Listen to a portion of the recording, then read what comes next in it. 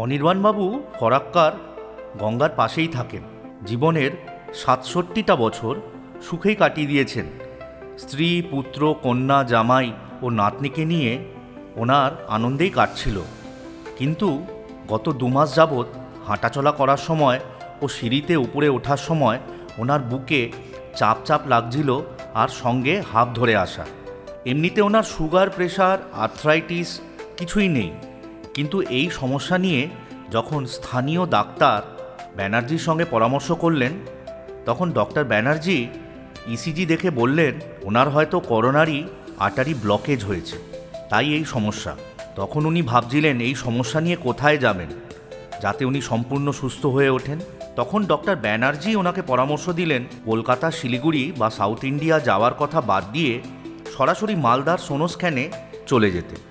উনি এও বললেন সোনোস্ক্যান মালদাতে একটি অতি উন্নত সিটি স্ক্যান মেশিন এসেছে, যার সাহায্যে অপারেশন ছাড়াই করোনারি সিটি অ্যাঞ্জিওগ্রাম করা যায়। এই ধরনের মেশিন নাকি এই বঙ্গে এই প্রথম। 384 স্লাইস কার্ডিয়াক সিটি।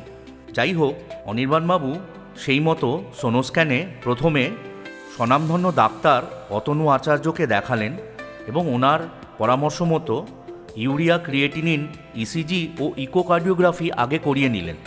ডক্টর আচার্যি ওই সমস্ত রিপোর্ট দেখে ওনাকে পরামর্শ দিলেন কার্ডিয়াক সিটি অ্যাঞ্জিওগ্রাম করার জন্য। কারণে যেহেতু এটা করোনারি অ্যাঞ্জিও, তো করোনারি অ্যাঞ্জিওতে বিন্দুমাত্র শ্বাস ছেড়ে দিলে ছবি ভালো হয় না, আর অন্য টেস্টে একটু ছাড়লেও কোনো অসুবিধা হয় না।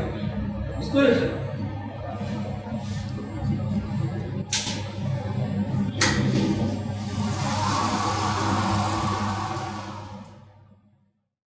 আজ অনির্বাণবাবু সোনোস্ক্যান মালদায় এসছেন এই কার্ডিয়াক সিটি করার জন্য। সোনোস্ক্যানের অতি প্রশিক্ষিত স্টাফ, সুন্দর ব্যবস্থা, পরিচ্ছন্ন রুম, এই সমস্ত দেখে ওনার মনে কিন্তু ধীরে ধীরে বিশ্বাস জন্মাচ্ছিল উনি ঠিক হবেনই।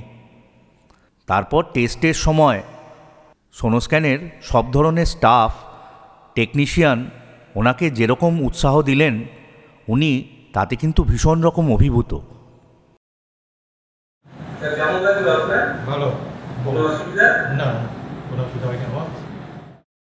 রিপোর্ট তো উনি 2 দিন পরে পাবেন, তবুও উনি একটু আভাস পেলেন ওনার সমস্যা সেমন মারাত্মক নয় যে এক্ষুনি কোনো বড় ধরনের অপারেশন করাতে হবে।